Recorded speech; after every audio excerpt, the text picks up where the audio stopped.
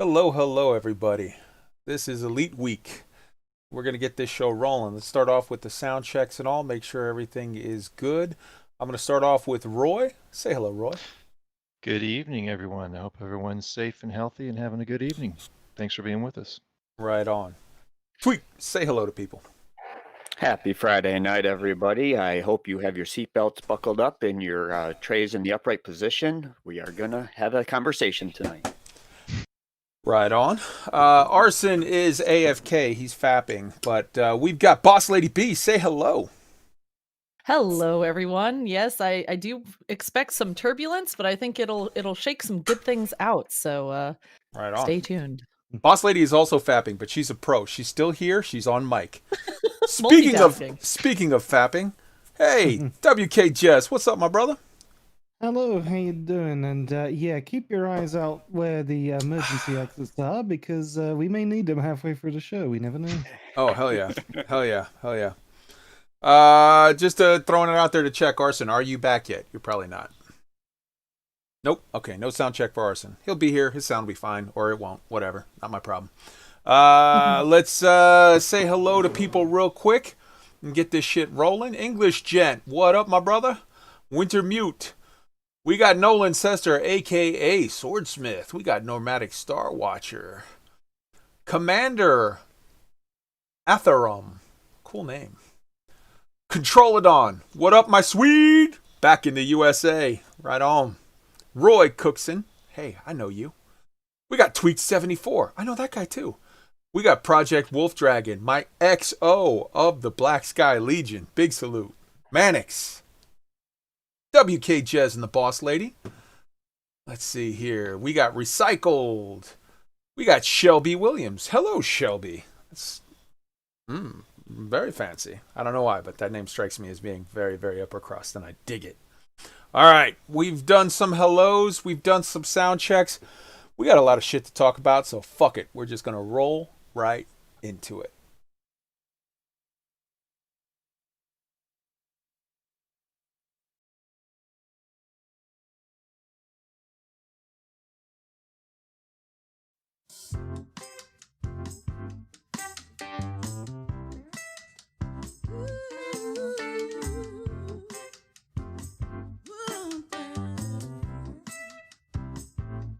I used to rule the world.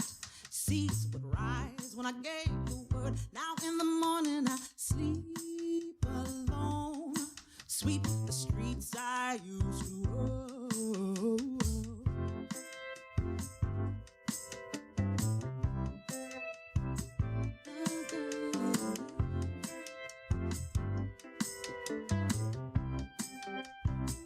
Oh, I used to roll the dice, feel the fear in my enemy's eyes, listen to crowds and crowds would sing. But now the old king is dead, long live the king. 1 minute I held the key, next the walls closed on me, and I discovered my castle stand upon the pillars of salt and pillars of sand. I hear Jerusalem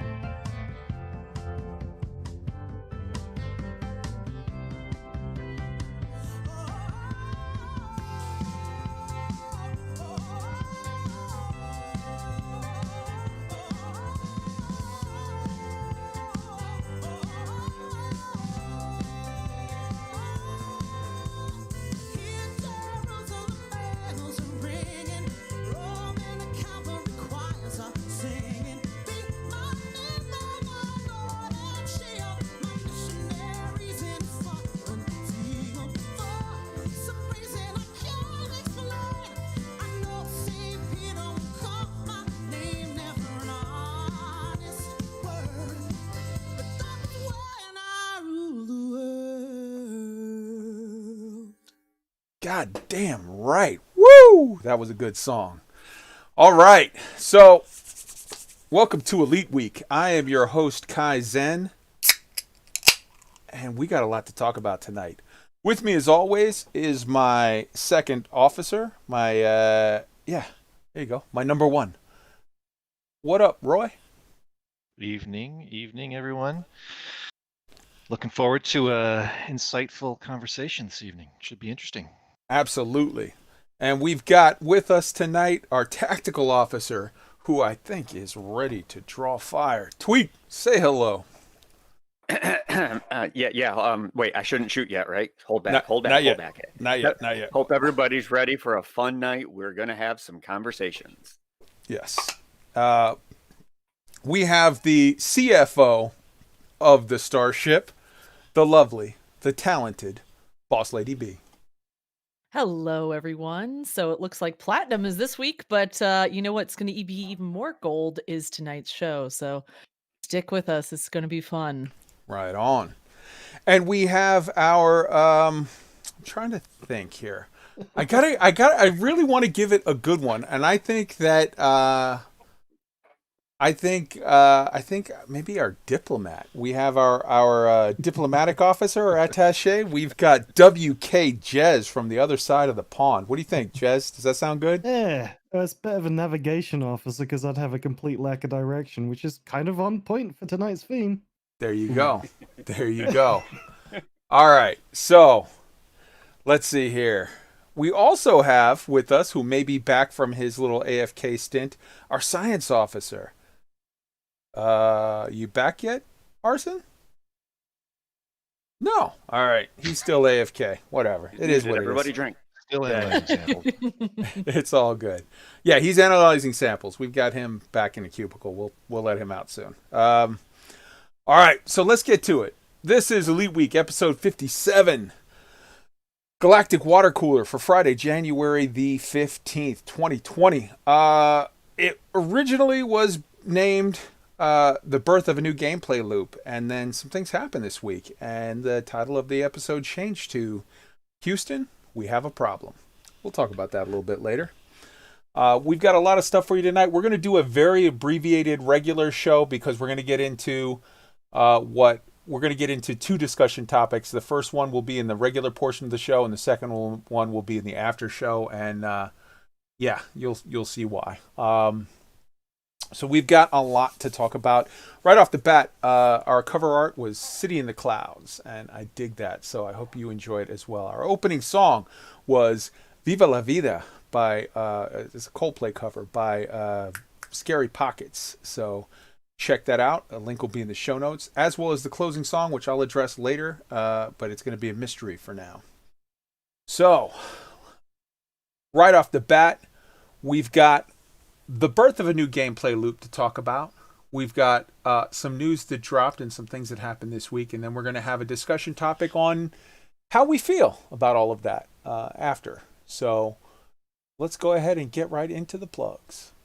If you're listening to us on the podcast and would like to see the live show and visuals, check us out on YouTube at youtube.com/Elite Week and on Twitch at twitch.tv/Elite Week. If you're watching us on YouTube or Twitch and would like to know how to catch us on our podcast, check out anchor.fm/Elite Week. For sending us your thoughts by email, you can reach us at eliteweek3306@gmail.com. Our very active and growing Elite Week Discord can be found at tinyurl.com/Elite Week Discord, where you can check out or contribute to community feedback, resources on turning the wheel, and real-time updates about Elite from a variety of content creators. In addition to the Discord community feedback channel, feel free to write in our YouTube comments anything about the topic of the week, as well as anything else you'd like to share. We'd love to hear from you. Also, if you're enjoying the show on YouTube, please make sure to like and subscribe and click on the bell. It really helps us out. On Twitch, a follow would be much appreciated.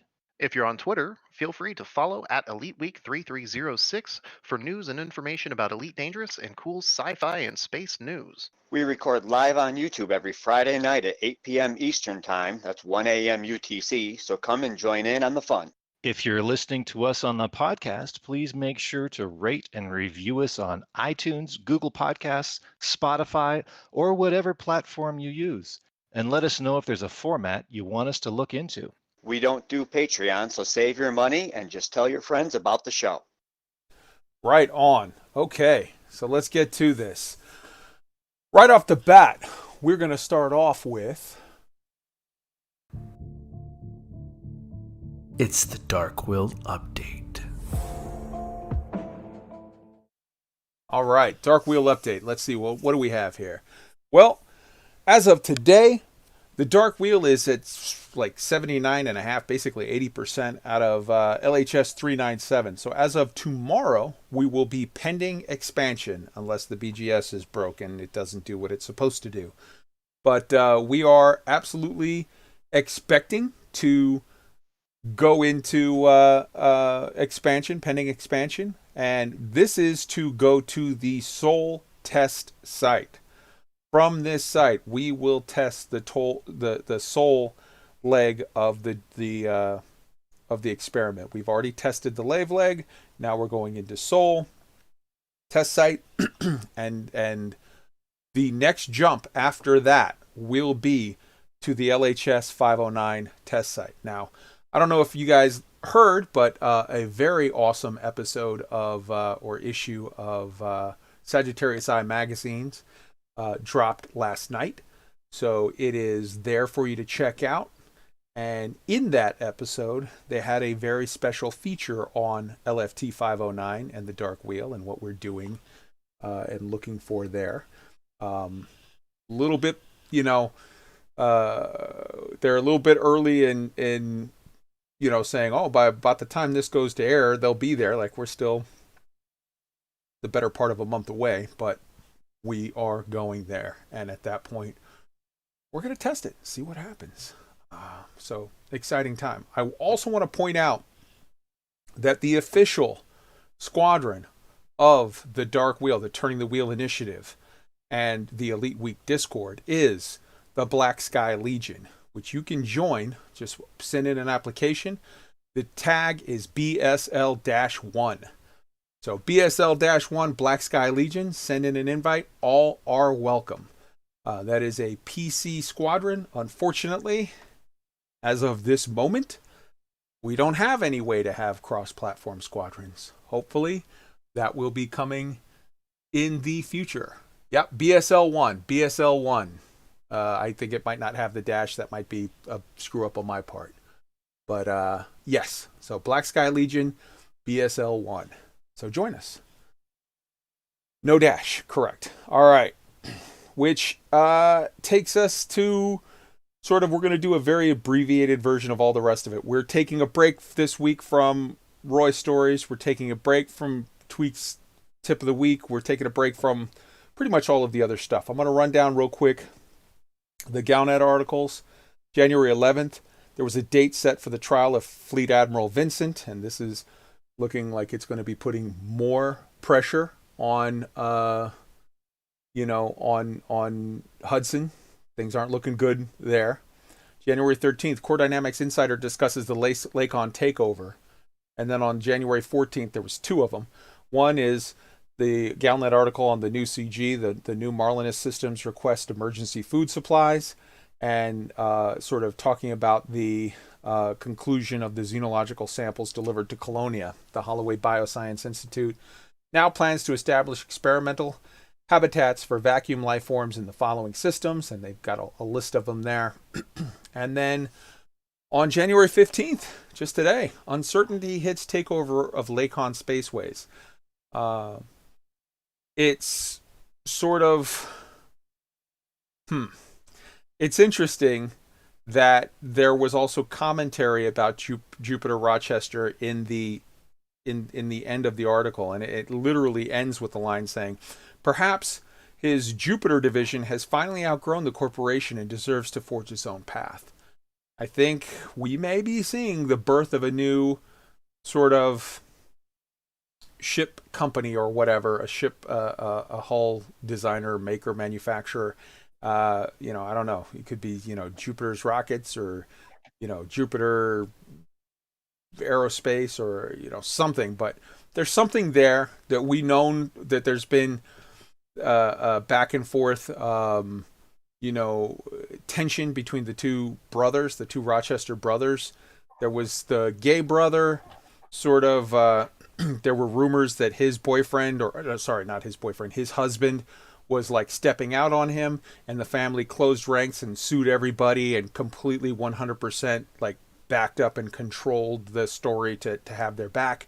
And then when the straight brother, who was in love with, what's her name, the blue-haired girl, Aisling Duvall, when the straight brother was in a similar situation where they made sort of allegations that Aisling was stepping out on him, the family immediately like ended their engagement and whatever, and there's been resentment between the two brothers since. So it's interesting. We'll see how, all of this plays out. So with regard to the community goals, we have an interesting sort of,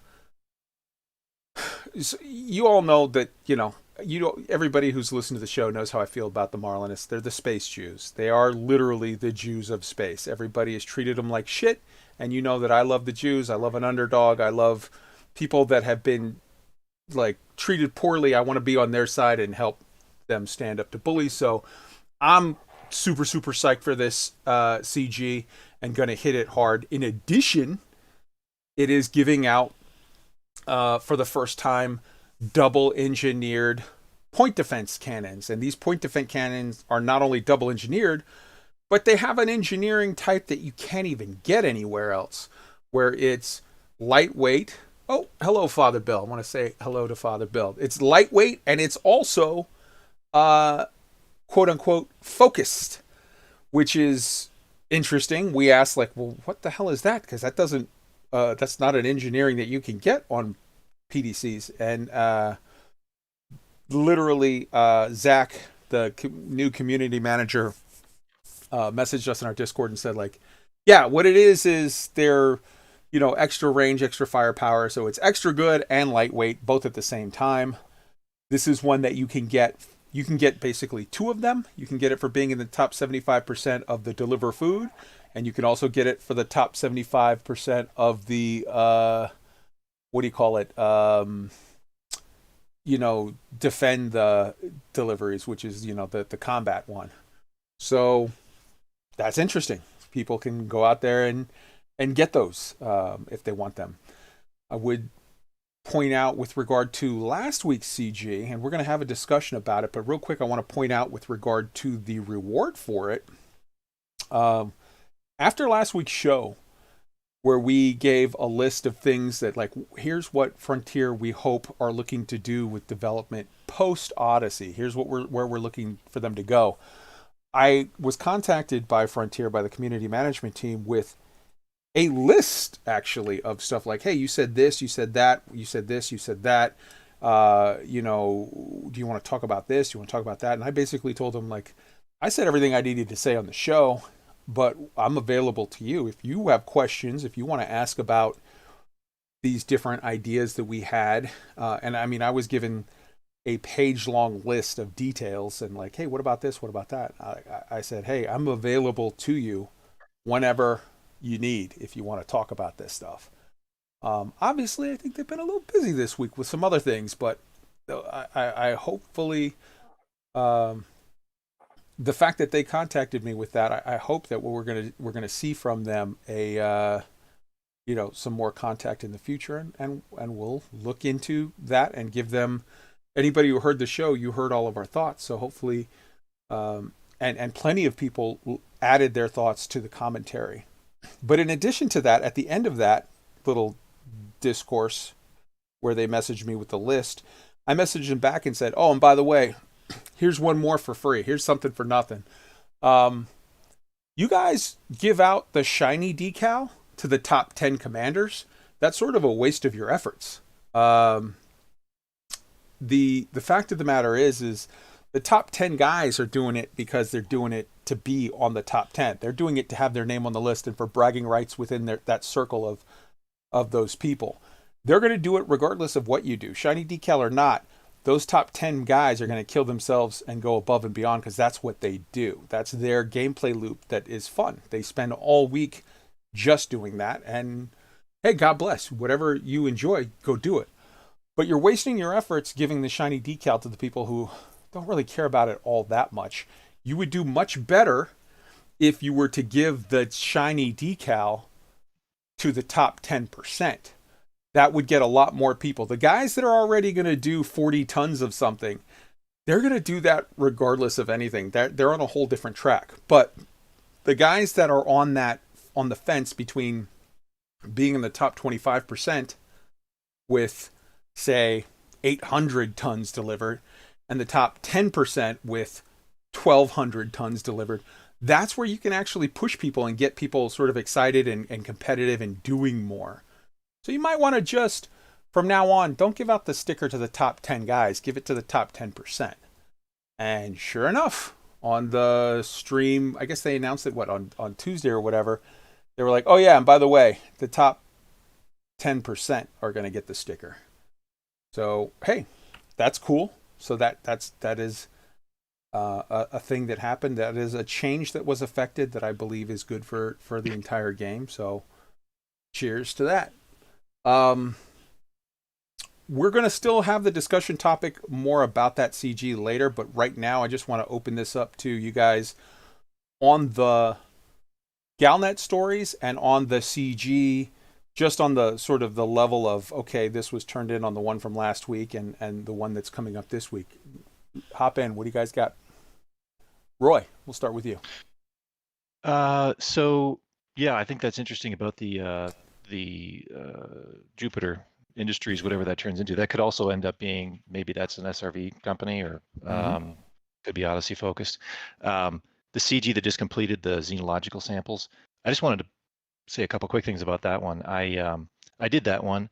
I had more fun with it than I thought. I was kind of skeptical of it at first, like, go all the way to Colonia and get a sticker, but I was going to be going on an expedition now anyway with loose screws, and this would be a good warm up. So I learned a whole lot more about, vacuum biological organizations than I ever knew before because of this.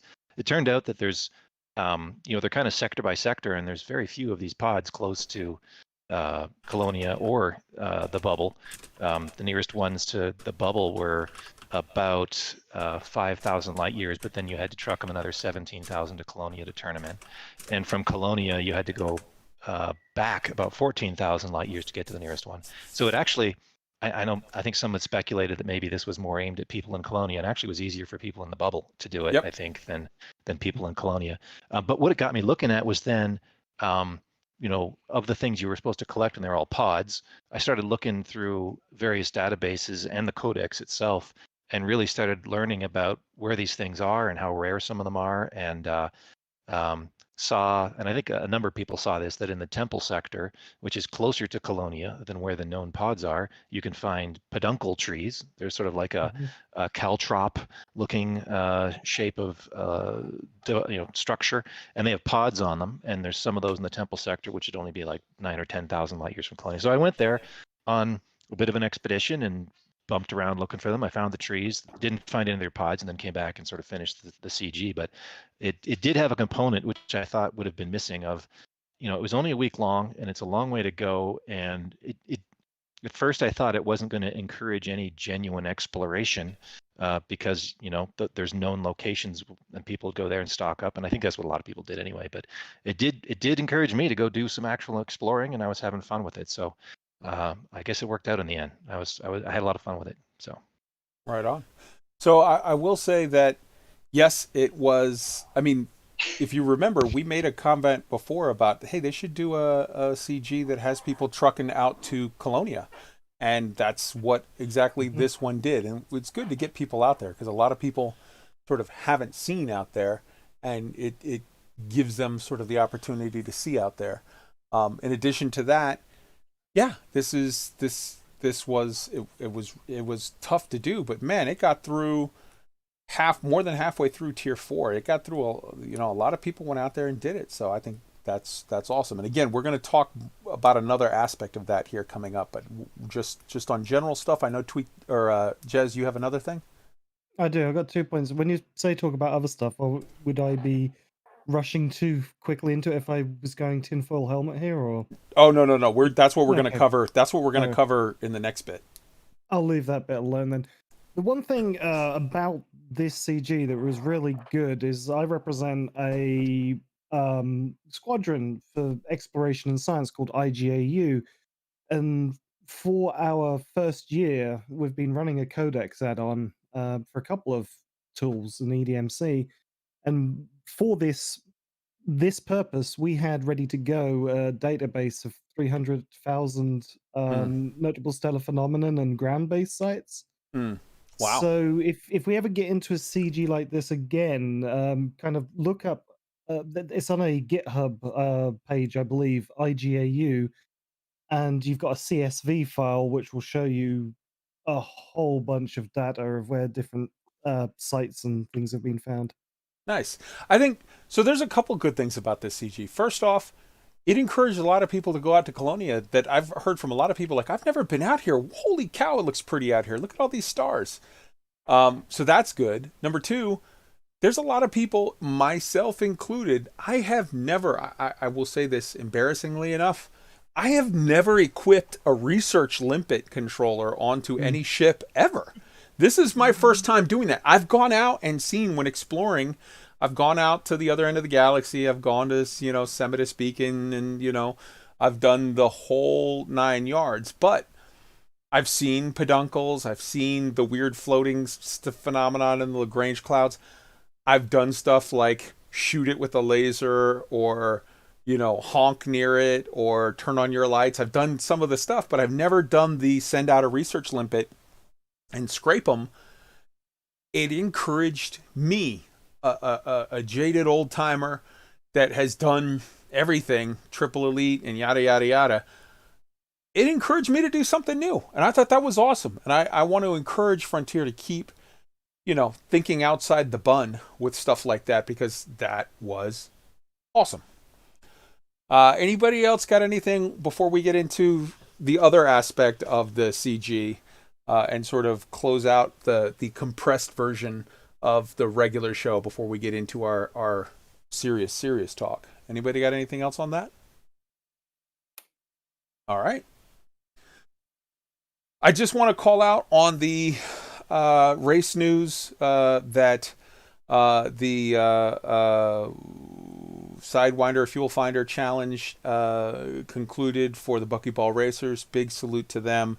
I don't want to give you guys short thrift on stuff, but big salute. We love everybody in the community and the whole 9 yards. And now we're going to get to the other stuff we're talking about.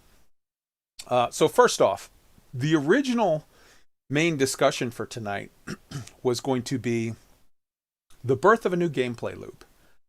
And I want to specifically call out WKJEZZ for mentioning it and really championing this. And the more I looked into it, the more it's like, yeah, that makes sense. Basically what we had here was a situation where one of the very few articles at all of all of 2019 was the creation of this site, the Holloway Research Center. And it was just kind of a weird little story that didn't make any sense at the time. They planted the seed very patiently, and they clearly had stuff planned to go with it. But it was just like in 2019, like nearly, because it was around January. So it was like a year ago. Oh, sorry. Was it 2019 into 2020? It might have been around November or whatever that the process started. But it was like a year ago that basically they were like, hey, there's this new bioscience center that's created out in Colonia. And everybody went, and? Like, okay. What does it do? Oh, nothing? Okay. And promptly ignored it. And then in Dev Diary 1, Frontier showed us, oh, by the way, you're going to now have a 5th new elite. It's really going to be 6 by the time they're done, but a 5th new elite. So you're going to have, you already have trade elite, exploration, combat, and CQC. Those are the 4 elites that we have right now. but they said, oh, you're going to have a 5th new elite, which is exobiology. And the 6th new elite, which they haven't announced yet, but we're going to get, is FPS. It's going to be pew-pews. But that 5th new elite, that's a whole new gameplay loop that was added into the game, with that announcement. And if you look at, okay, what are we doing for that? We are going out with our plant gun and we are scanning shit and we are bringing back samples to sell them to Vista Genomics, who are going to be, I guess, shipping them off to the Holloway Research Center, whatever. This all ties in. So the point that I'm making here is we literally just had a CG that I absolutely believe is the in-lore, in-universe genesis of an entire new gameplay loop. And I think that's fucking incredible. I love that. I already encouraged Frontier, both privately and publicly. I tweeted and I also messaged them privately and said, this is brilliant. If this is what I think it is, that you've created this whole new game loop in lore, and us commanders that took part in this CG and have this sticker as a memento can say for forever, I was there. I helped do that. I helped make that. I said, that's brilliant, number one. So big salute. And number two, I wish, I hope, I pray that you continue this in the future with other CGs. I would love a CG where we have to truck a bunch of components and steel and whatever to this factory at this location, and then 6 months from now they release a new SRV variant or a new ship or whatever, and it's like, this was from that. I wish that we could deliver, like we get a CG and they say, hey man, truck it out here, and they could even tell us hey, this is going to go towards a new ship, or this is going to go towards research into a new thing. They don't have to give us all the details, but they can tell us that, oh, by the way, it has certain features that you might unlock at tier 1 or tier 2 or tier 3. And they don't have to tell us what those features are, because I know that there's stuff where it's like we have to keep this back. But if they just say this is going to be a tier 1 vessel or a tier 2 vessel or a tier 3 vessel, and like we can make it even better by trucking more stuff out there. Imagine a year from now, 2 years from now, telling one of the new players in Elite, like, hey man, yeah, this SRV that you're driving, this dump truck SRV or this speeder bike SRV, yeah man, I helped build that. I was one of the guys. Check this out. I got the sticker for it. I got the whatever. How fucking cool is that? So Jez, hop in here and tell us a little bit about this. From being an explorer, I go to a lot of these sites often, and I didn't even know about research limpets before this week. Well, before this CG.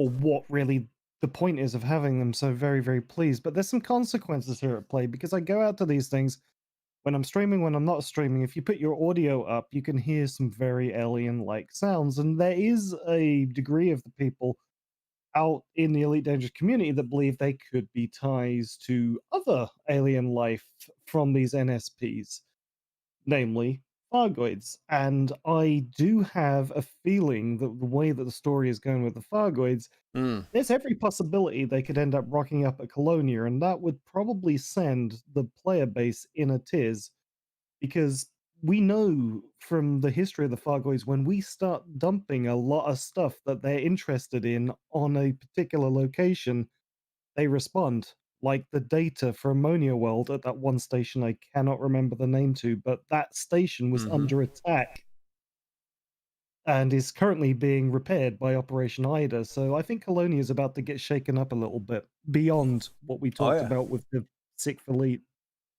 Yeah, they came out to the coal sack and said, oh yeah, how about this? Yeah. So they were ready. Yeah, all very, very, very interesting stuff. I want everybody to weigh in on this. Boss Lady, what do you think about this birth of a new gameplay loop? Because we got some negative stuff that's going to come later. I want to get some positive stuff on the ledger. I like what you're doing. You're front loading the positive stuff.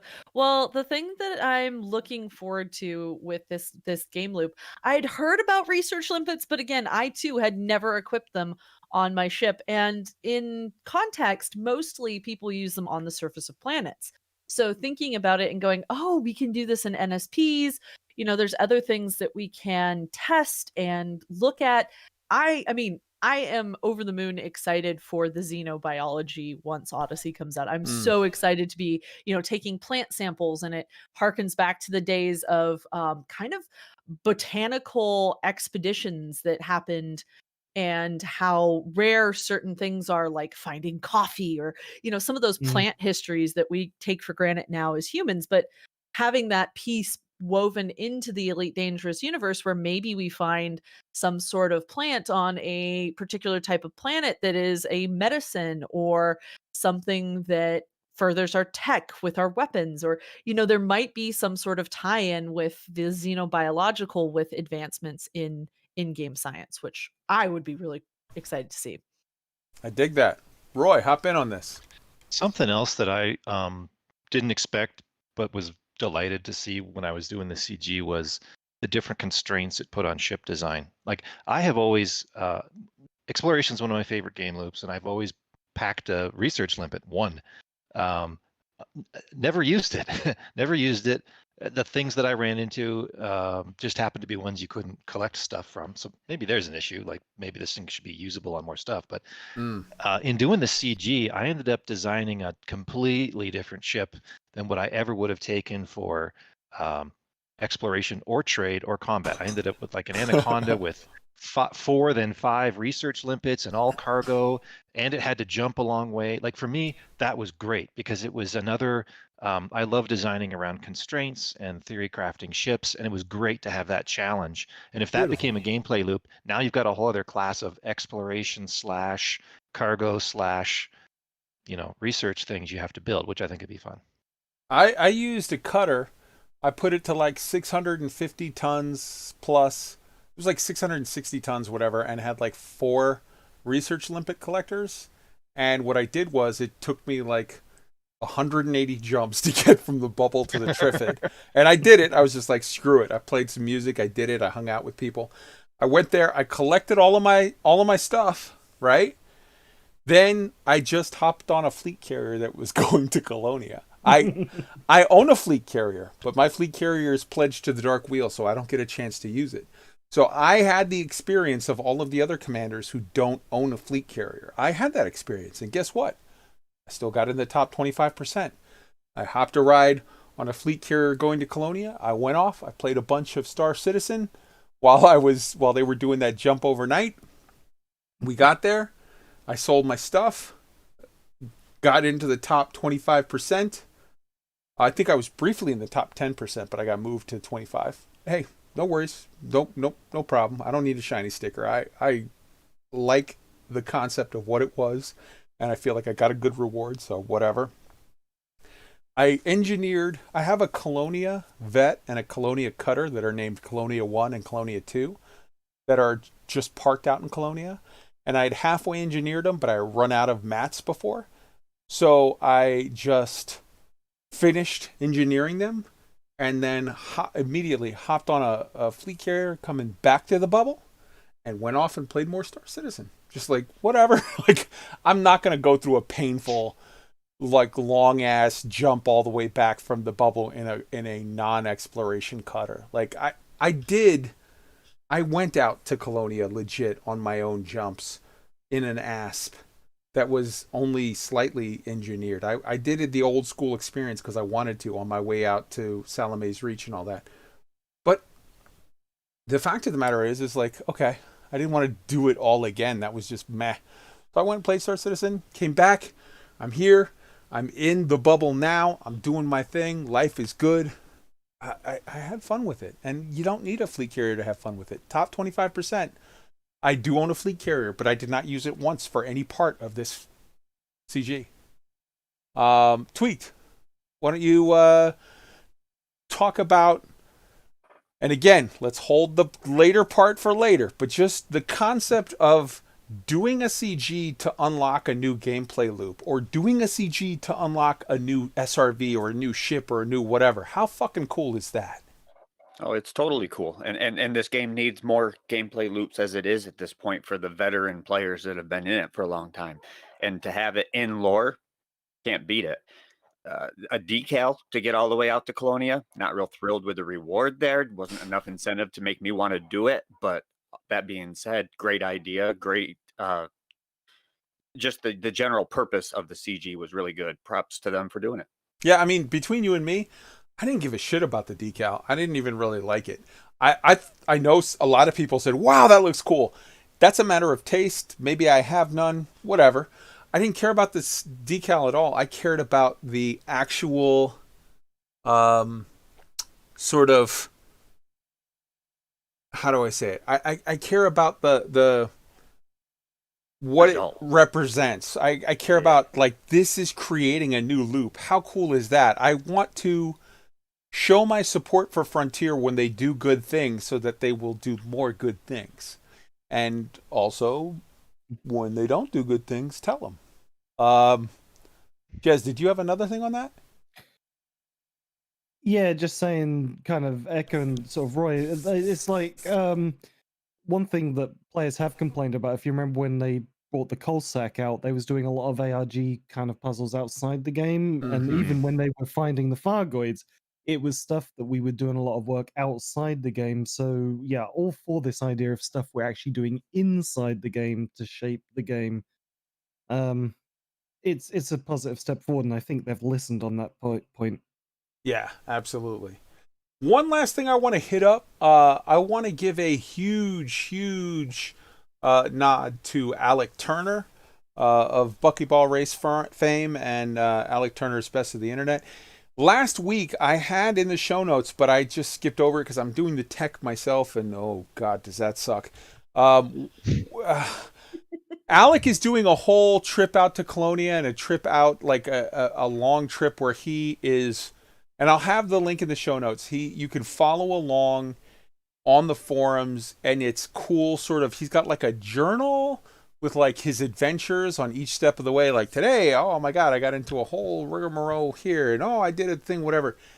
That is cool as fuck. It's very much a Alec is like a storyteller of old. He makes these neat, interesting little artistic sort of things that are like, you know, it's a story, and it's neat. And I think that's needed right now in Elite for those people like Alec Turner doing his trip out to Colonia, for those people that are, you know, doing expeditions, for those people that are creating a project, for Drew Wagar, who this Thursday, just yesterday, did the first installation of his whole story where he does a stream and it's a character and people are messaging him, and you could tell from the people messaging him that a lot of them are just people watching the stream with like, hey, what's going on? And then other ones are people that are like plants that are part of the story where they're like, come here if you need to know, if you want, you know, whatever, a chance to find out what happened to your family, or like whatever. There's all of this stuff going on. I love all of that. There's a beautiful thing that certain projects have that sort of capture the imagination of people and give them sort of an escape from the absolute dumpster fire that is real life in 2020 and 2021. And it just leads to some beautiful stuff. So the notes will be in there. I encourage every last person that hears this and sees this, if you take one thing away from this week that might make you smile with regard to Elite, go check out the thread on the forums of Alec Turner sort of telling his story of his trip out there, and get in on that. It is good shit. Yes, absolutely. Alec Turner is the Tom Hanks of Elite Dangerous. So yes. All right. Now, here's the part where I'm going to tell a lot of you to just turn off the show, which is probably weird for a podcast or a stream to do. Probably not the smartest thing, but we're ending the regular show here, and we're going to get into a whole other discussion. Now, I'm personally going to open and close this discussion. I'm going to get the first word in, and I'm going to get the last word in to frame this discussion. But I want to say up front, there's probably a lot of you that are not going to want to hear this part that's coming next. And if you are like, hey man, I want the low salt, I want the positive, happy, shiny people show, this is a good time for you to go ahead and punch out. What we're going to have next is a open and honest and frank conversation about the news of the delay that happened this week. And the fact of the matter is I want to frame this because, you know, this is my show and it's important to me that we do so. I want to start by saying, number one, everyone who feels anything about this whole situation is justified. Those people who feel like, hey man, it's not that big a deal, they have every right to feel that, and no one should try to shit on them or change their feeling. If you feel like, boy, this sucks, but I get it, whatever, and I'm okay with it, that's fine. You are a consumer who has every right to feel that. If you are super upset, if you feel betrayed, if you feel lied to, if you feel angry, that's okay. You are a consumer. You have the right to feel the way that you feel. Now, the one thing I would ask is that everyone in this conversation, and I've asked this on our Discord, I've asked this, publicly multiple times. The one thing I ask is everyone, be civil with each other. Let other people feel how they feel. You don't have to convince them to feel how you feel. You have every right to feel how you feel. But just show respect and compassion towards the other. And show respect towards Frontier. This is a company that makes a game, that makes a product that we love. I don't see any reason to go Latvian with this. I don't see any reason to curse them, to call them names, to be crude and extra disrespectful and in any way go out of my way to be overly antagonistic. I don't think that that's helpful. I don't think that that's productive. But I will say this. I also don't feel the need to white knight for Frontier. Frontier is not my friend. Frontier is a $1.6 billion plus corporation.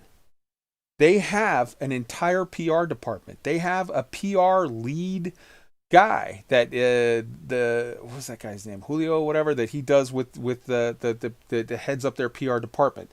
They have an influencer manager. They have a product manager. They have 4 people on a community management team and a PR department. They don't need you to white knight for them. Now, it's absolutely fine and fair, and I have on multiple occasions sung their praises and said, man, they're awesome. I love what they're doing here. I love what they make. But at the same time, it's 100% fair to call them out when they make a decision you don't like. And this is what we do to keep them honest and to help them make better decisions in the future for everyone. So, having said this, let's go ahead and get into what happened. Frontier announced this week that they're going to have to delay Odyssey again. Now, originally, Odyssey was supposed to come out last December. Then they pushed it. They said, hey, COVID, we need to delay into Q1 2021. And David Braben said on a stream with their investors that is publicly available on YouTube that you can see, he said, hey, this is just a thing where we've gotten pushed back a handful of days. It's, we were expecting to release early December 2020. We probably could still make 2020, but then we would be pushing people to try to work over the Christmas break. I don't want to do that to my people, but it's a matter of days, not weeks. Expect it, early in 2021. And that was what was said in the investor call, what was posted publicly in sort of the forum and whatever was Q1 2021. Last week, we got released this QCV, WV, whatever the hell this thing is, where, and this was really baffling to me. They were patting themselves on the back for doing a good job of controlling expectations and, you know, managing their schedule, and everything was going well and everything's coming out well, and, you know, things are good and things are looking good and we're on time and everything's on schedule, and even took a little shot at like Cyberpunk and Star Citizen and whatever. I was like, oof. And, you know, at the time I was like, well, hey man, if you can bring it, if you can walk the walk, you get to talk the talk.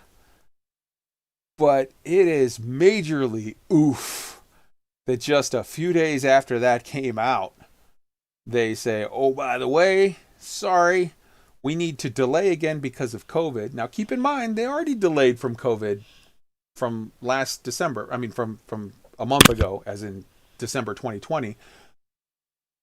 But they're like, hey, COVID, we need to delay. Sorry. For PC, it's going to be, you know, spring or whatever. So, which technically, according to the announcement they made to us, it could be as up until like end of June. But the same day that they announced that, they had to announce to their investors an update, and to their investors, which, if you have to believe what they tell us or what they tell the investors, 10 times out of 10, believe what they tell their investors, because that shit they can get in legal trouble over. So they told us a time frame that ended really as of end of June, but they told their investors it will be fiscal 2020, which fiscal 2020 ends May 20 or 31st rather of 2021. So we know, based on what they told the investors, that they have committed to by the end of May. So that's what we're sort of hanging our hat on now for PC. The additional oof was after saying that console and PC will be together from this point going forward. And that, you know, yes, absolutely, Q1 for PC and Q1 for console.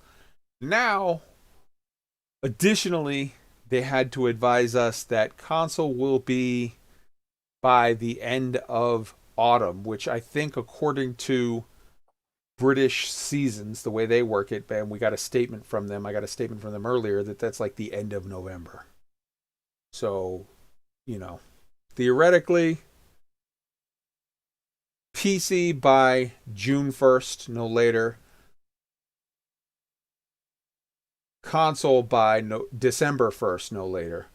But keep in mind that this is already now the second delay. So if there's a third delay, or if there's an additional whatever, I can't. Who knows? Whatever. All right. I think that frames it to start the conversation. The one thing I will say is, everyone, let's be respectful. Let's be civil to each other and Frontier. But that doesn't mean that you cannot call out Frontier for just anything that you feel is directly wrong or was disingenuous. The first dots on here I see are GALACTIC. So GALACTIC, hop in. To add on, and there's a key element to this. I'm not trying to exonerate Frontier straight away. The second delay came after a really disruptive month in December, because two things were happening.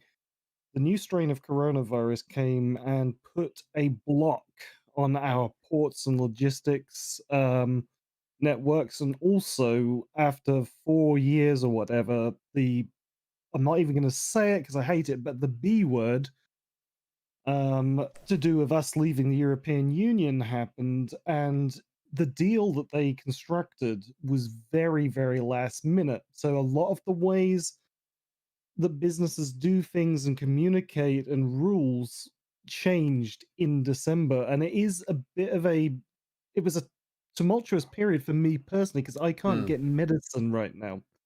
So the idea here is I can kind of understand why there was a second delay, but that's not exonerating, and I'm sure throughout the conversation I'll kind of give the other half of the coin on that.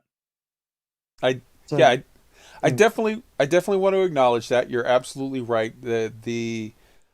I think from hearing things, and I mean, this is just a factor of being human. You see everything through your eyes. What I see in America are basically, you know, shit's on a little extra precautions and whatever, but things are sort of rolling along. And I don't know if that's just because we're too stupid to do it right or what, but like, from what I seem to see from people in England, it is going much differently. I mean, obviously, you guys have the UK variant of the coronavirus or whatever. And by the way, just let's take a half a second. What's up with that? How is it racist if you call it the China virus or the Wuhan flu, but it's not racist or not wrong to call it the UK whatever? Like, don't get me wrong. I think a lot of the people that were calling it the China virus or the Wuhan flu are some fucking idiots and asshats, but like, why is it okay to call it the UK whatever? The only thing that they did differently than everyone else was sort of do a better medical job of finding it and diagnosing it so that we can whatever. Like, let's be honest, that shit was all over the place, not just the UK. You guys just did a better job of documenting it and not looking the other way. But that's getting off point. But that 100%, it seems like to me, as an American who's just seeing this play out through the forums and whatnot, that the UK is having a harder time of it than America. And I don't want to discount that at all. And I don't want to be shitty towards Frontier about that. But I will say that that doesn't excuse, if that was the case, the vaccine here for this problem is the truth, is open, honest communication, not making it seem like everything's okay. And then at the last minute saying, well, we had to do this because it's worse than, like, oof. Tweak, I know you've been dying to get in. Go ahead. All right, let's get into this.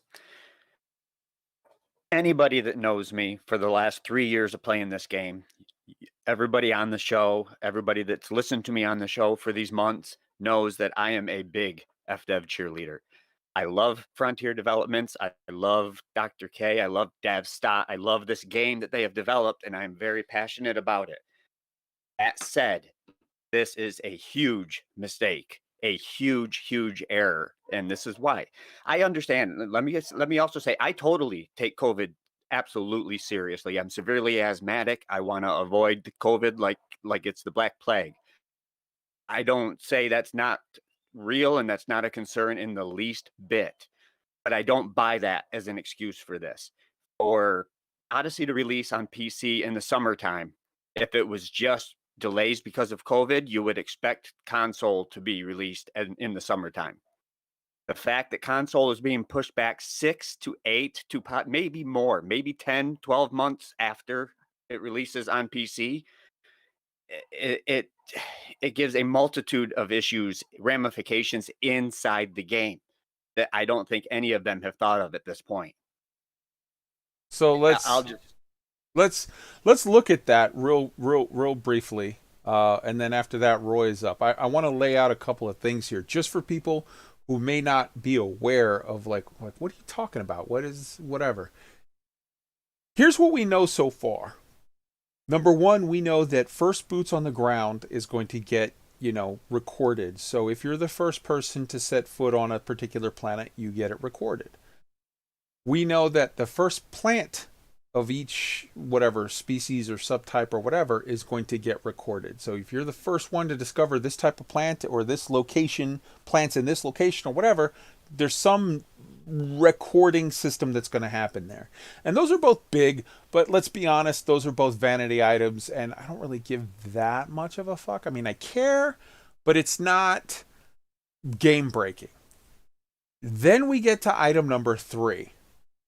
In the answers that we just got today from Gareth Hughes, one of the lead designers, and what we've heard in the previous 2 dev diaries, they made comments to the effect of there will be major BGS effects on the settlements and whatever on the locations, on the ground locations, whatever, that are affected by your actions as an Odyssey player, and there will be major effects on the settlements and the whatever that are affected by the BGS. So it's a two-way street where you can, they said specifically in the news that we got today in one of the AMA questions, Gareth said, there are going to be conflict zones that you do on foot with the pew pew pew FPS type. Now the fact of the matter is there are some squadrons and player minor factions in this game that are console ones. There are Xbox guys and PlayStation guys that get together and they're like, we are the fucking, OPIX. Blue Angels. We are the OPIX. We are the this or the that. And you might have 40 or 50, Xbox guys that they have, hey, we have OPIX, for example, is in you're like 17 stations or whatever, say 17 systems. We're in 14 systems with many more stations than that. And let me jump in real quick here. Wait, let me just ask. You are an Xbox, player minor faction, right? Like 90% of your people are Xbox, right? So, correct. For example, if I'm your neighbor and I've always been looking at your whatever, like, man, I want to get in on that, and I happen to be in the same system that you're in, and I want to take over this ground settlement from you or whatever, and I push in and initiate a conflict there, and then I'm on PC, so my guys can all do the CZ, and all of your people are Xbox, so you can't. How is that okay? Go ahead, Tweet. It's not okay. And in BGS terms, this is why. The way the BGS works right now is the more buckets you fill up, the better you move your influence. So, for example, if I run 40 missions for my faction, that's not going to move the influence as much as if I run 5 missions, I turn in a couple million worth of bounties, somebody turns in some exploration data, somebody goes down on the ground and does the Odyssey BGS pews or whatever it is. It fills up all these different buckets. The more people that fill up all these different buckets, that moves the influence better than doing 1 or 2 or just 3 of the buckets. So inevitably, anybody that can do all of the above are going to have more effect on moving that influence than people that can't. Right. Okay. Roy, you were next, and then it's going to be Boss Lady. Yeah. So let me just put a little preamble in here. I understand that the UK is suffering greatly in this pandemic, and now they're in lockdown, and it has impacted FDev in the past and more recently. I would defer to Jezz's insights on that and others who actually live there and are dealing with this. I'm not arguing with any of that. I don't want an unfinished expansion released. I can wait for a quality product. I love this game. I play it so exclusively that I have to take vacations from it from time to time. I believe that the team at FDev is made up of smart, passionate people. And furthermore, I'd actually bet that there's people at FDev who are also upset and disappointed with this delay, especially if they've been caught out with the timing of this communication in a way that maybe makes them look bad. All that being said, I feel like to the extent that I believe that FDev is an exceptional company, I believe they've missed an opportunity to show exceptional authenticity. The lack of synchronization with recent marketing messages that you pointed out, the fact that they took pre-orders a month ago for alpha, the fact that they either didn't anticipate or have not proactively communicated any strategies of how they're going to mitigate the impact of splitting the community, specifically with BGS and Odyssey exploration on console. The timing of this delay news in light of all this feels off. And I think they've missed a trick here, and that's what's disappointing. I will point out, because I've heard from a lot of people in different places on the forums and the discords and whatever, I've heard people make the comment like, Well, duh, it started as a PC only game, so what are you console guys bitching about? You guys didn't get in until a year or two after, we were already going, so that's fine, whatever. And that's fine. That's if that's how you feel. I'm not telling you that how you feel is wrong, but I will point out this just to sort of get it out there in the conversation. If you start late on a game, I started late on this game. I started years after other people were playing, and I knew that I was at a disadvantage because I was starting late. That's okay. That's fine. That's fair. But Frontier did say publicly that going forward, we will be releasing stuff at the same time. For all of you people that are in, you will be on equal footing. So to now change the terms, the console people have an absolute right to be pissed off. And you and no one else has the right to tell them that they're wrong to feel what they feel. Boss Lady, and then we're going to have Arson. All right. So the main thing that I want to talk about on this, which is what I said when the news broke, was that it's going to split the community into two parties. And we talked about this a little bit before we started the show. And it already is two communities. So the PC group is obviously the larger bucket. And so for the Xbox and PS4 players, it is so hard to find community for a lot of the newer players coming in. They'll come into my stream, they'll say, I don't have anybody I can play with. And I can send the Xbox ones towards Tweaked, but already they feel like a kind of minor part of the community that gets a little bit overlooked a lot. Then I'm going to take it into a very, very small subsection of the community, which I know this can't be what we judge everything by, but I think it's an important little piece, which is that the content creators, whether they are YouTube, podcast, Twitch, that stream through consoles are going to be affected by this. So I actually had a couple people come in and really suddenly have their whole content questioned because if they're still streaming Horizon's content when every single other person on, for example, Twitch is streaming Odyssey content, it can be really detrimental to maybe their growth or their community. Maybe their people won't want to be watching them anymore. And of course, I told them, well, you're going to be the one guy that stands out because you're not streaming what everybody else is. But that piece really kind of hurts because the best thing about Elite is the community.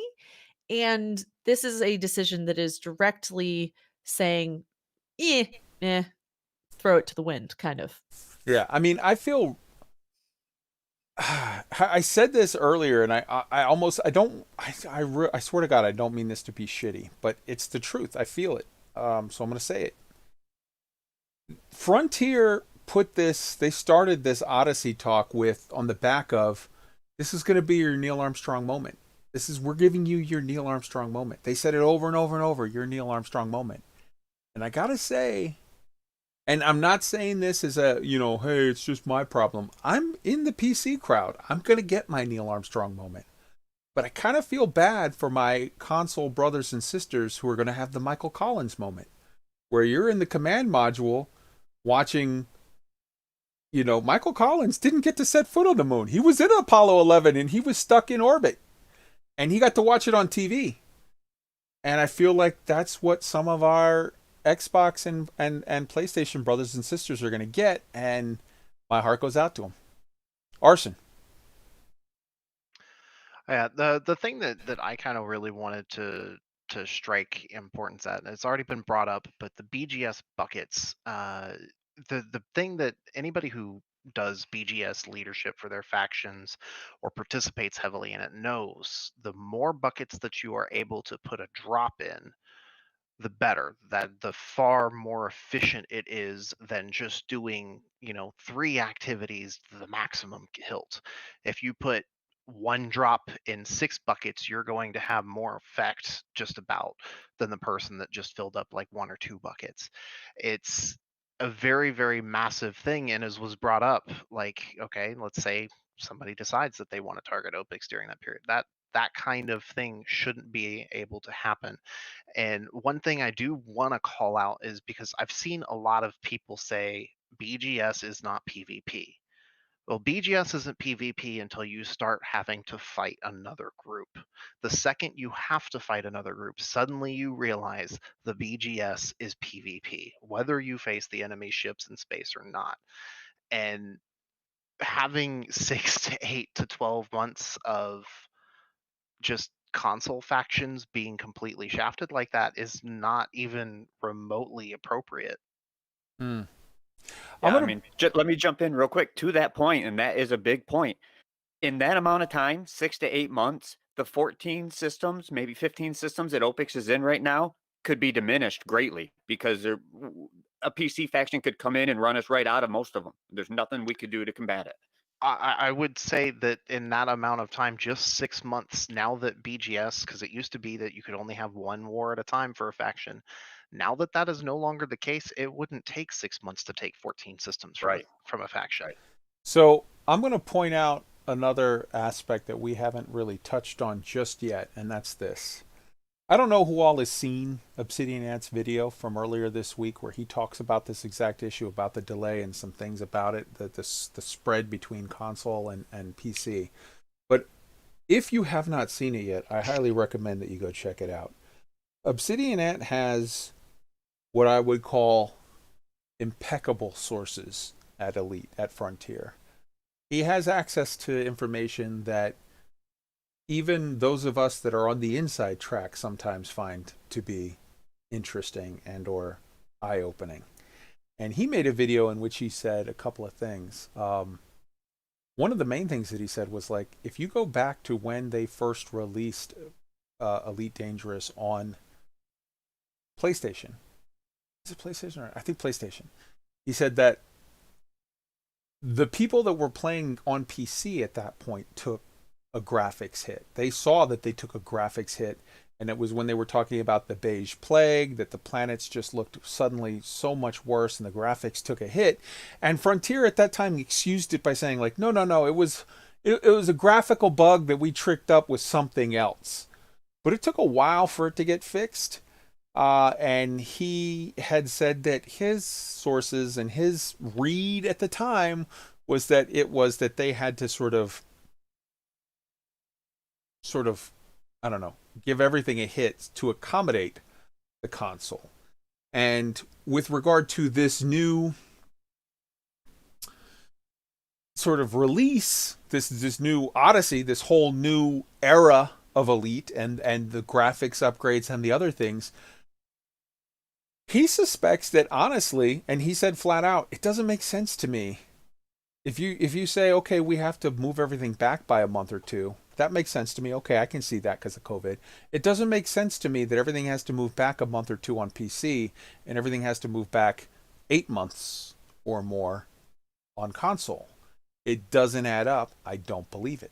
He said, I suspect that they're not being truthful and that there are some other issues on console. Now, what he didn't bring up, that I don't think on that video, but I'm going to bring up, is I honestly think that what happened post Cyberjunk, which, let's be honest, from what I heard, Cyberpunk, and I didn't play it, so I'm just telling you from what I've picked up from the community and picked up from the internet. Cyberpunk was a pretty decent release with some bugs on PC.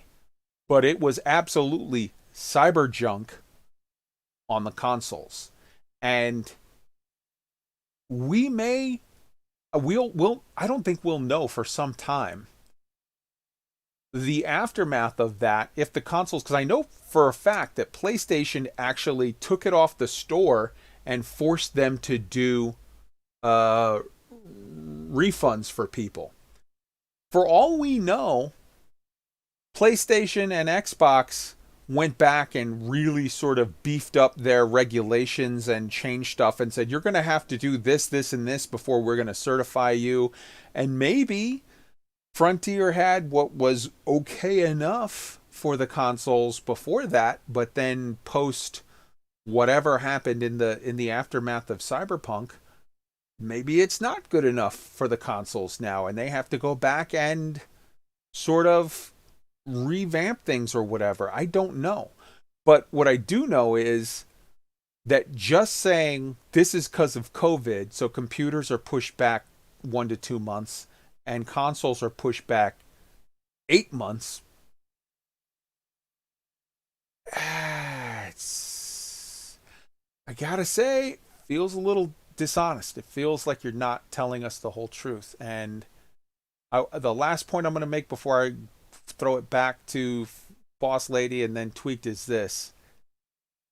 I felt from the stream on Thursday, I honestly felt like I could see it on Art's face. One of the things I love about Art is he's plain spoken and he's no bullshit. He just says, this is what it is, so be it. And I kind of feel like he was very unhappy on that stream. He told the company line, because, I mean, he's a soldier. When management says this is the line, you got to go out there and you got to do it. But I felt like he was not happy with that. I kind of feel like in the background, he might be fighting the good fight of like, hey guys, this is not the correct strategy. We need to be more open and honest. We can win sympathy if we're honest, but if we do this where we're just like, hey, let's breeze through it, and then, hey, let's talk about this community goal, we're going to piss people off. Jez, you were up first, and then Boss Lady. Go. Well, a couple of things. I'll follow in from what you were saying. Yeah, for sure. We know that Arthur is not happy because he said so in so many words, and I know that I'm allowed to share this because I brought a point up, and the first thing he leads in is, yes, I know, I literally feel their pain talking there, as in console players, right? So it is, I do agree that we're looking at something that's happened a number of times with Frontier where the community team has been put between the players and Frontier, and they've been caught unaware as much as the players have.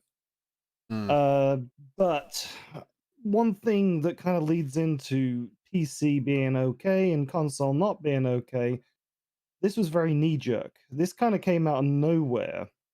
And my thoughts and feeling is that if I think from a game development point, they wanted to probably push it all back until fall.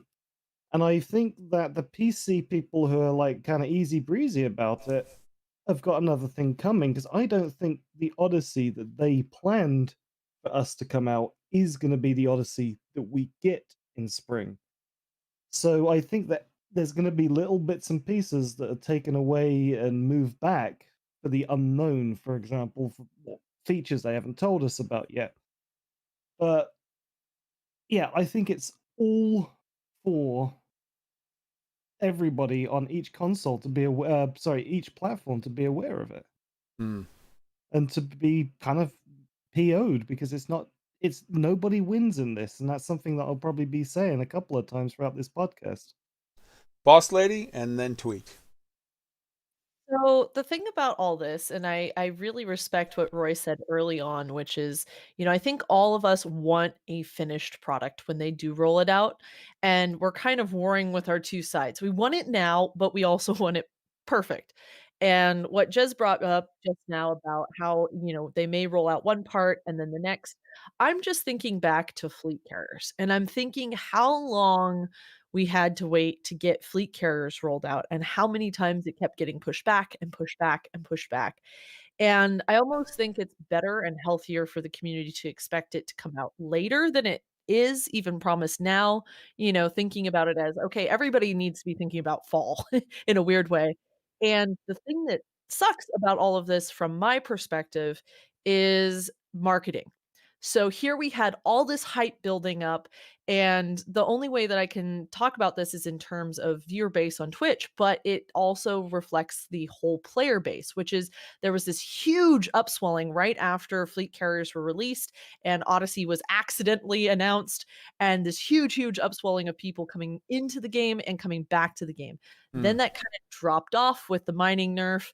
Then there's this huge, incredible upswelling with the Epic Game Store free week, and tons of older players coming back because they're gearing up for Odyssey, and new players wanting to get, up to a certain point before Odyssey. And now it's like that balloon has popped. Like the wind has been taken out of everybody's sail in the community, and doubly, triply so for console players, where a lot of players are going to be sitting around and going, Elite's cool, but I really don't have much to do in it until, you know, it it's a month out. So I do think that on a marketing side, and I think there is a little bit of they may not have been expecting it. I do think that this may make it harder to build that hype back up for Odyssey. Tweaked, and then Arson. Okay, let me have a little bit here. I got a couple points. I'm going way back to the beginning here. The foot on the ground point that you said it's kind of vanity. To a point, it's vanity, but I would disagree with that. I mean, just again, us, for example, my squadron, we've worked very hard. We put a lot of hours and effort into getting some of these systems, and we have some strong feelings towards some of these systems. I would like for First Footfall to be OPIX members, and PC gets a 6 to 8 month head start. There's no way that's going to happen. So Well, I that, mean, let that me to let me me is a let me little be bit of a big deal. let me be clear on that point. It is a vanity thing to get your name on a planet. Not that doesn't mean that you're wrong at all to want it, because you were promised you would have a fair shot at it. But I'm just saying that the one thing is a vanity thing, even though you're absolutely right if you're mad about it to be mad about it, because you were promised you would get a fair shot. But the BGS side is even more concerning, because that could be Sure. game breaking to people. Is the Absolutely. only point I was making. Go ahead, continue, please. Absolutely. The Cyberpunk stuff, okay, yeah, Cyberpunk is a mess, and especially so on the consoles. But that being said, it was designed specifically on PC, and they tried to port it to consoles. That is not what Frontier has been doing with Odyssey. They've been building this supposedly from the ground up on all platforms already. And on that point, if the consoles have all these new rules and regulations and time restraints because of the mess that Cyberpunk is, then that should be affecting other releases more than just Odyssey. We should be seeing all these other new Medium and you name all these other games that are coming out. They should all be getting pushed back, and we haven't heard that. So I don't necessarily buy that argument totally. And I guess I would also add, as far as I think Boss Lady was talking about losing interest, the hype. Me personally, I listened on my way to work to this, and then it was So you mean the announcement? drop, the announcement, right? Yeah. The announcement. The PC's delayed to summer, Yeah. Xbox and PlayStation delayed to fall, and then it was immediately followed by, oh, but Frontier is doing great. We've got more players in Elite than ever before. We're financially sound. Everything's going hunky dory, and that put a really bad taste in my mouth. And then the stream came out, and I was hoping for some answers. I thought they might come kind of sort of prepared, because I'm not the only one that thought of these problems, that the ramifications in game, and they didn't have a single one of them.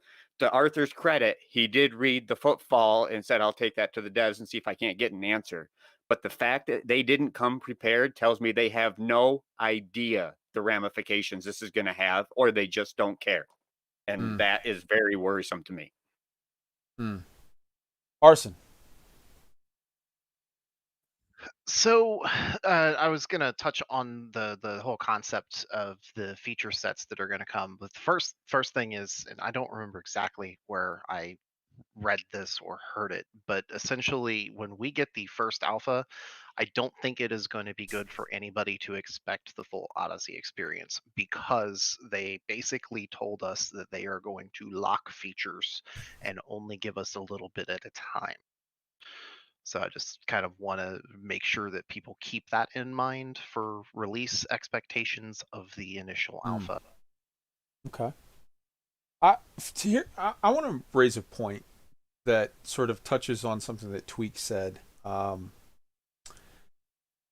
There is a certain amount of learn to read the room. There is a certain amount of, when you say, oh, by the way, PC players, we're going to give you a slap to the face. Xbox players, we're going to give you a kick to the nuts. We're doing great, though. Yikes. There is a certain amount of, hey, man, we're doing a great job keeping up our expectations, unlike Star Citizen and Cyberpunk. And that gets dropped the week before the announcement of, oh, by the way, sorry, but number one, the promise we made to you, which was already the delay of the delay, that's getting delayed. And also the promise that we made to you that everyone's going to get it at the same time going forward, we're breaking that. But we're doing better than ever. Oof. And here's the thing.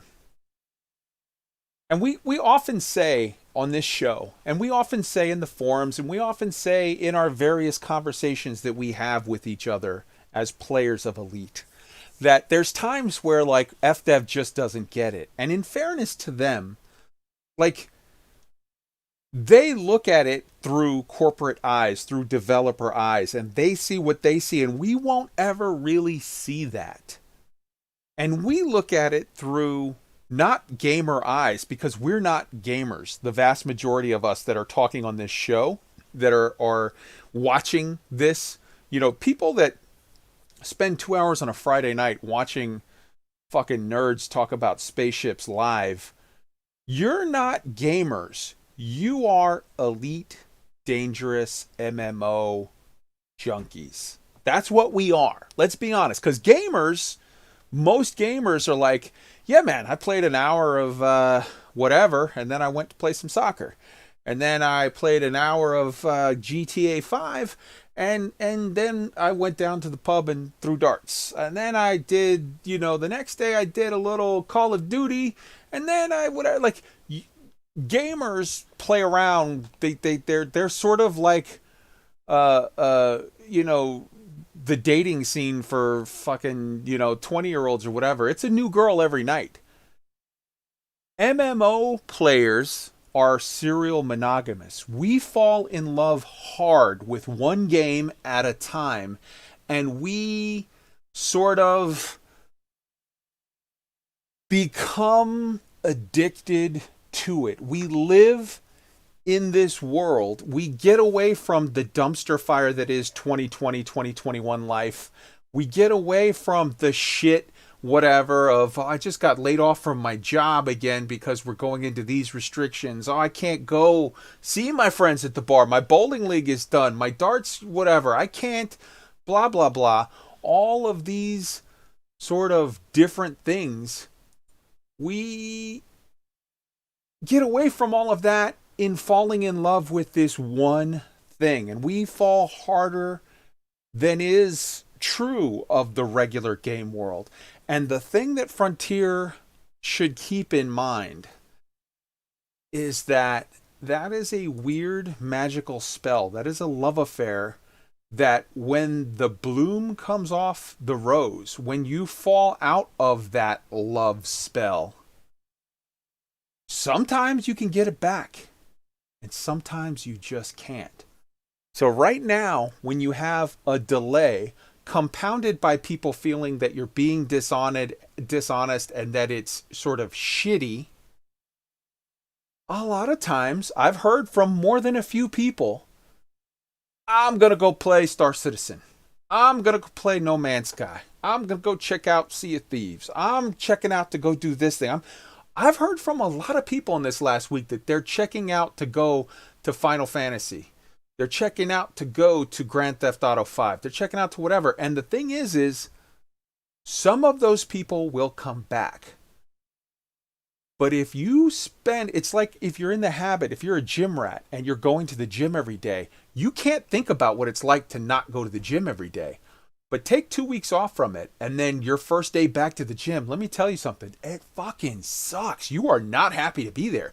You have to retrain the pathways in your brain to be addicted to that thing again. And when people go on walkabout, even if they're like, hey, I'm okay with it. It's not that bad. It sucks, but whatever. What can you do? I'm going to go play X for the next month. Some of those people will not return.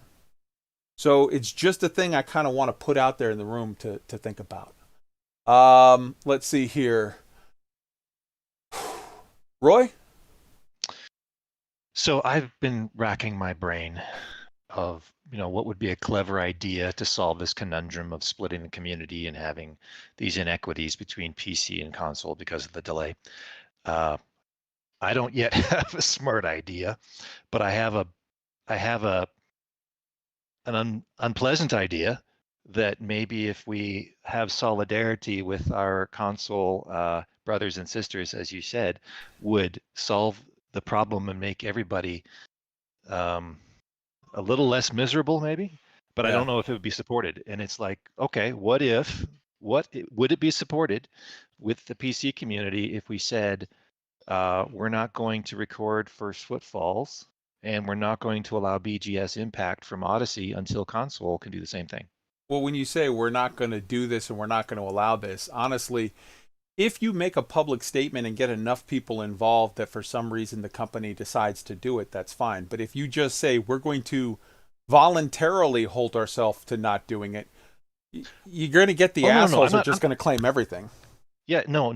You misunderstood. I'm not suggesting that this is in our power. I'm suggesting that this is something that only Frontier could actually do. Yeah. But we should tell them we're open to it. Would people support it? Yeah. I mean, it's an obvious but unpleasant solution. All right. We got Arson, then GALACTIC, then Tweaked. So mine's in the same vein of the potential solutions. I personally don't like the idea that Roy's floated. We've kind of talked about it a little bit as well, but the idea of programmatically preventing those things until we get the console players, to me, with the history of bugs, and it just seems like a giant, oh my God, waiting to happen. I personally would like to see it be that we, as the PC crowd, just get stuck with, and I say that lovingly because I would actually love this, but just get stuck with an extended beta going out to the period of when consoles are finally able to join us. Because, like I said earlier, BGS is PvP. We should not be allowed to PvP console players with impunity. And honestly, if they are having to delay they've already had to delay it twice, an extended beta period would really, really give them a nice, healthy chunk of time to hammer out balance issues.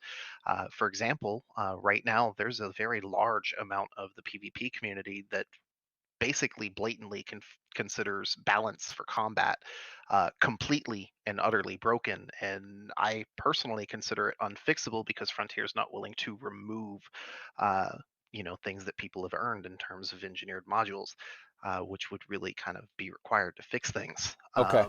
I love you for saying that, but it's never going to happen because the fact of the matter is they told on the London Stock Exchange their shareholders, you will be getting the money for sales in by the end of this fiscal year, which is the end of May. They're just not going to do that. I love you, but it's not going to happen. But the people would still be buying copies to get access to it and play it. Nope. There's a lot of people that don't buy until release date. I've heard that from many people as well. GALACTIC? Yeah, I mean, I'm just looking at my friends because obviously when we stream, we get a lot of people friending us, right? And yeah, there's a lot of people on my friends list that are saying they're keeping it on wish list. Yep. Plus, when we polled Boss Lady's chat, a significant proportion, right? Boss was saying they're waiting and seeing, right? Okay. Anyway, talking about the idea of delaying BGS Impact and Odyssey on PC, what we can do for Footfall. I think morally that's the right thing to do. I don't agree. expect Frontier to do it Nope. because if it takes any extra work, they're not going to be in a position to do that. However, this is the point when I was talking with Boss earlier in the week that we've decided that nobody wins because you see on the title screen of some of these, or the video on some of these dev diaries, the foot is being planted down. That is what they are selling us, and the first Footfall is a big part of that. So the players on the PC, I'm sure there's going to be a lot of players out there with respect to the consoles that out of principle will not Footfall, but that's not going to be a huge, correct. It's not going to do anything for them. If a third of us don't set foot on land just out of solidarity, the other 2/3 are just going to get more shit. It's not going to in any way help the console players, unfortunately. So the point we are at is nobody wins here because either you take away something from the PC players, which are the larger player base that they were looking forward to, or you screw the console players. And I don't like the idea of either of those things. So I believe, even though that would have upset a lot of people, the beta, what you were talking about, should have been the way. The console and the PC should be fall, but then investors, hello, we Yep. can't do that. 100%.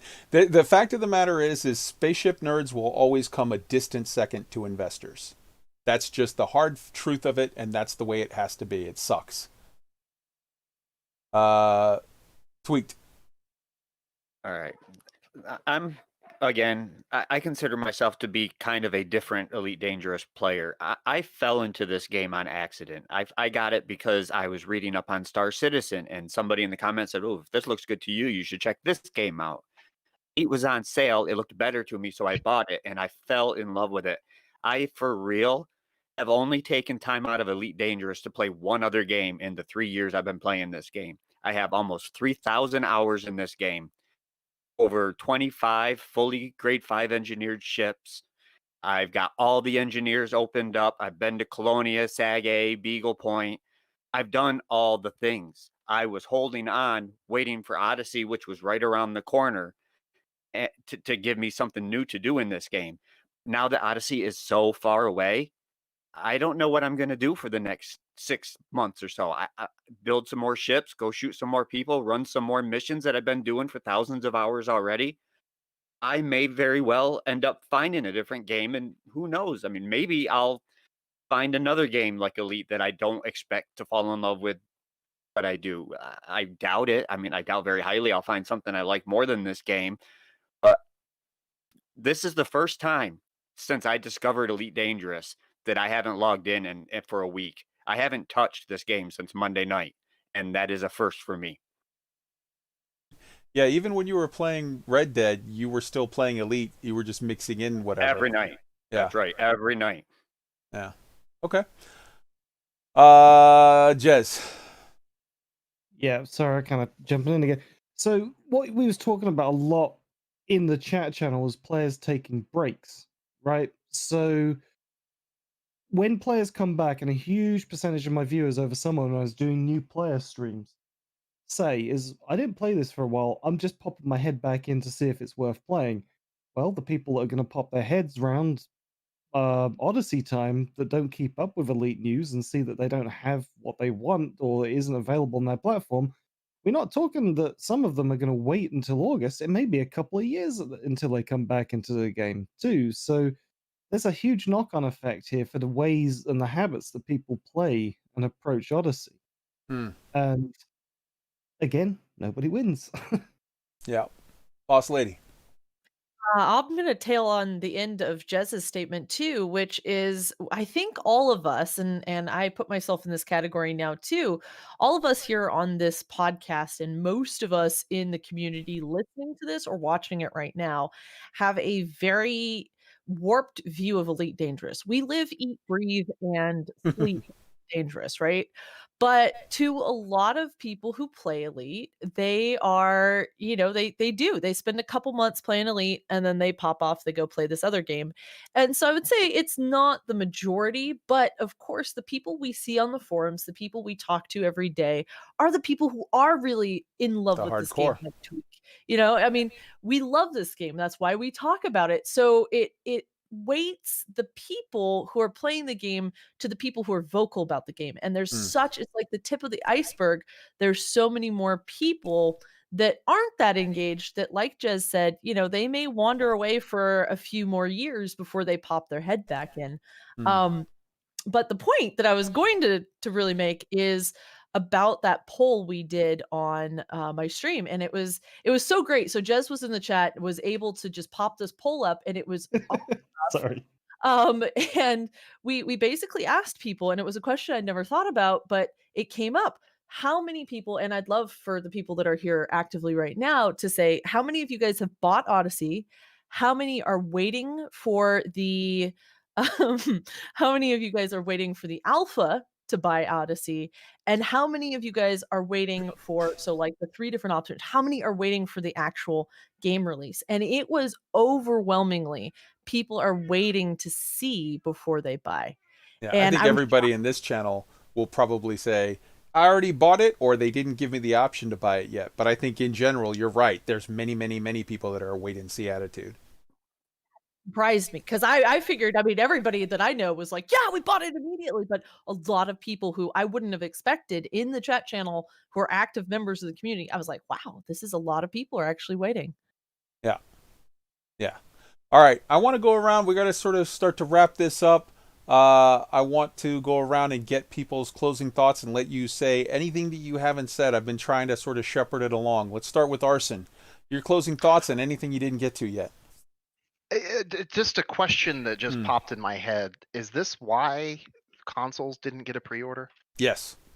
Yeah. Not only that, but I'm going to take one step further, and I don't mean to be salty, and I don't mean to be shitty, but I will say this. When PC got a pre-order, on Steam, it showed pre-order date of April 21st. And I immediately ran to the managers, the community managers, and was like, yo guys, Frontier, what the hell is up with this? People are losing their shit. And I got a response back from Stephen Benedetti, which I shared with everybody, that literally said, until you hear from us, don't believe any date from anywhere.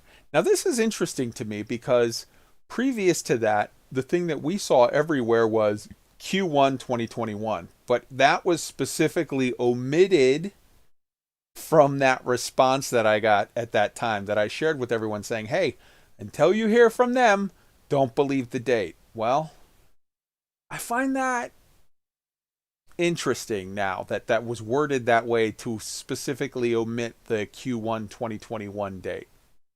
I suspect that something was known there that was not shared at that time. And oof, you take people's money and then you change the game. Yikes. Did you have anything else, Arson?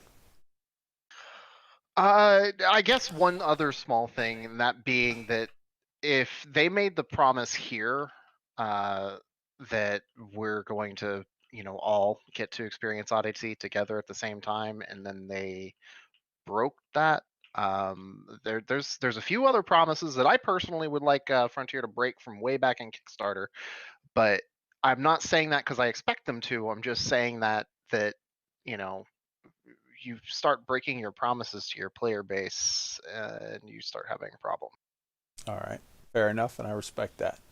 Roy, your final points?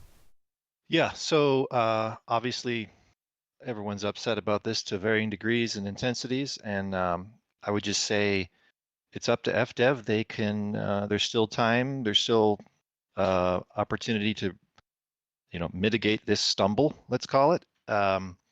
We didn't spend any time talking about that. Maybe that's in a future episode, but there's all kinds of things they could be doing in this delay that might help smooth this over a bit. And so I'm waiting for them to step up and be brilliant. Boss Lady. Well, you caught me a little off guard. Come back around to me. All right. Tweaked. All right. Well, this would normally be the point in the show where I say, remember, guys, FDev has created this wonderful game that we love, but I'm not feeling that way right now. I'm just not. I don't want to sound like I'm whining. I don't begrudge the PC guys. I don't begrudge all of you folks on PC to get this in the summer. Great. I'm happy for you guys. I begrudge the staggered release. I'd be fine with a delay. I don't even care if it was a long delay. I mean, obviously I would. I want it sooner than later. But the fact that it's a staggered release and they seem oblivious to the in-game effects just has me terrified for what's going to be coming. WKJEZZ. I'm oddly, this is out of sort of character, but yeah, I'm with you on that one, Tweet. But one critical point that I was thinking, just to wrap things up, that I didn't just pop into my head until the end, is how are consoles going to even test this if it's coming out in fall because we're going to have a live server with Odyssey running. We've done the alpha on Odyssey for the PC. So what are they going to do the alpha and the quality assurance testing on the console during that time? I would assume they would just have a separate round of console alphas that are going on between now and fall. Can they separate the servers out like that? Because I thought they did QA on the live servers in permit locked regions. No, because when you just the same way as when we did the Fleet Carrier beta, you log into it. It's all on a separate server. They take a snapshot of your stuff as of 2 weeks ago or whatever, and then throw it up there. All right. Okay. Coming back around to Boss Lady B. Sorry about that. I was following No all worries. of your threads of conversation, and No worries. the main takeaway I think that I'm going to take away from this conversation is kind of that analogy you made of the relationship. I think that the relationship the player base has had with Frontier has always been a little bit rocky, and there's some of us that are absolutely in love with them. There's some of us that are there's we won't mention who have kind of toxic relationships with the game and the development company. But I think going forward, reestablishing that trust is going to be key because, like you guys have mentioned, the fact that it did seem like there may have been mutterings about this getting pushed back while they were taking our money for the output. That's the thing that probably out of all of this really stings once you go back and you kind of look at it and go, ooh, are they now becoming more focused on the financial side and making money off of us versus providing a stable game and being transparent? But that's kind of the extreme. Overall, just they have to reestablish that trust and get clear about this roadmaps, things like that.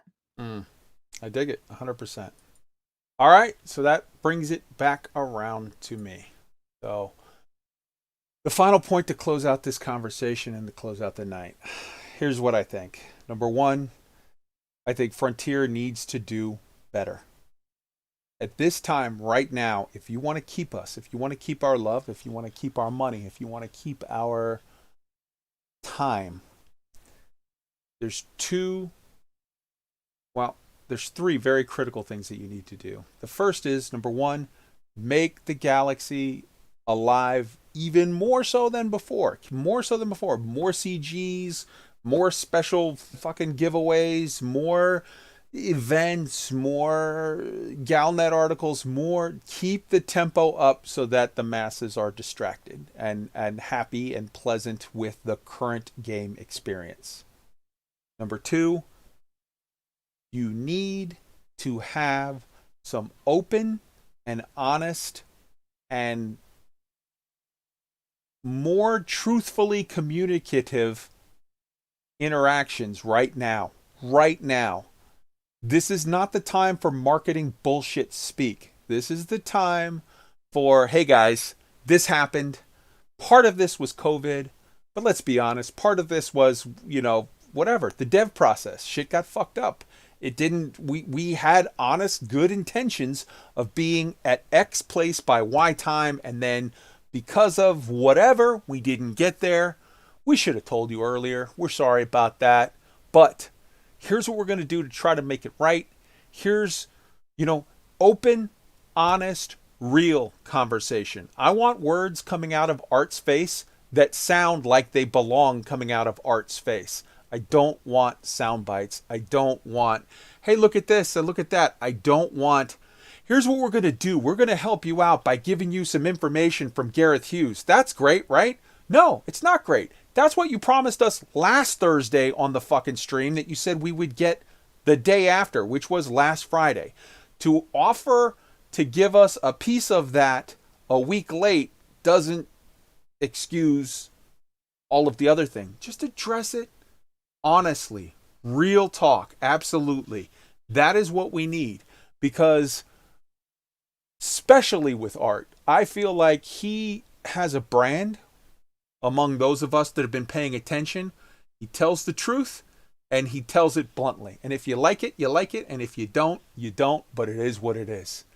And I think that is endearing to a good amount of us that are on the inside that have seen sort of stuff, that have seen years of the, well, I have nothing to say about that. I fell in love with Art when he said to the question, are you going to have CQC on foot? Well, we have nothing to discuss about that right now, but yes, I fucking love that man from that moment. And like, we need some people like Art coming out there and saying flat out, hey, look, this is exactly where we're at. This is why we're at this point. Here's an honest roadmap of what it's looking like. You know, this is the second delay or third. I've lost track at this point. There may be more. There may be less. There may be feature reduction. There may be not, whatever. But regardless of what it is, we may like it or we may not like it. But we're much more likely to be appreciative and accepting and forgiving if we feel like you're telling us the truth and you're just showing us, hey man, 2020, 2021, it's a shit show for all of us. We're in this boat. It sucks. We don't like it. You don't like it, whatever. But if you just do a very brief, there was a delay because of COVID. Now let's get into this CG and look at this. We're going to give you an opportunity to put your name on a station. People are going to be pissed because they feel like you gave them short change. You didn't fucking listen and openly, honestly address their concerns. So that's my feeling. Having said that, I do love Frontier. I am doing other stuff. I am playing the game. I continue to keep playing the game. I want you to do the things that we said here. I hope that you will do them, not because we said them, but because I honestly believe with my heart that they're right. And the third thing, because I said they need to do three things, they need to continue with that open and honest conversation and take very real steps to address the questions of how can parity be achieved, or can parity be achieved? Can some form of mitigation of the extra burden that this delay is on the console players be addressed? If you can in some way hold off on the footfalls, the plants, and the BGS aspects that are tied to the Odyssey only until they're released, say it, try to figure out a way to do it. If you can't, if that's a thing that you just can't do, then say it quickly. Say it openly. Like, the longer you pussyfoot around, we can maybe do it, we're going to look at it, we're going to get back to you, the worse it is. If you have to rip off that Band-Aid, then rip it off fast, rip it off hard, and find some fucking way you could try to make it up to them. I don't know. But 100%, Curtis Hennickson in the chat, let's be honest, 90% of the people, 99% of the people who play Elite Dangerous are adults. Talk to us like adults. Having said all of this, I'm going to close this out by saying I've been watching, and the big streamers and YouTube content creators and podcasts out there have largely given Frontier a pass. They've largely said, like, hey, we're with you and whatever. And I feel that way too. I do. I am with them. I do love them. I do want to support them. But when you have a friend who's fucking up, you have to tell them, yo, bro, you're fucking up, so that they can get their shit together. It's not good. It's not helpful to them to go along and try to sweep it under the rug if that shit's not going to work out. Having said all of this, with everyone else who is sort of sweeping shit under the rug and trying to say the right things to say on Frontier's good side, I'll say this. I love you, Frontier. You're fucking up. Get your shit together and get it right. Make it right. I really hope that you do. And for all of those people that are preserving their relationship by not saying the wrong thing, look, if this is the absolute last episode of Elite Week, if you know, I'm cut out from the outside, if whatever, if it means that we lose all of access that we have to the inside, I'd rather do that than be a shill. When you get it right, I'm going to tell you got it right. And when you fuck up, I'm going to tell you need to get your shit together. And I hope you could accept that. And if you can't, and if the bad times are coming, let them come.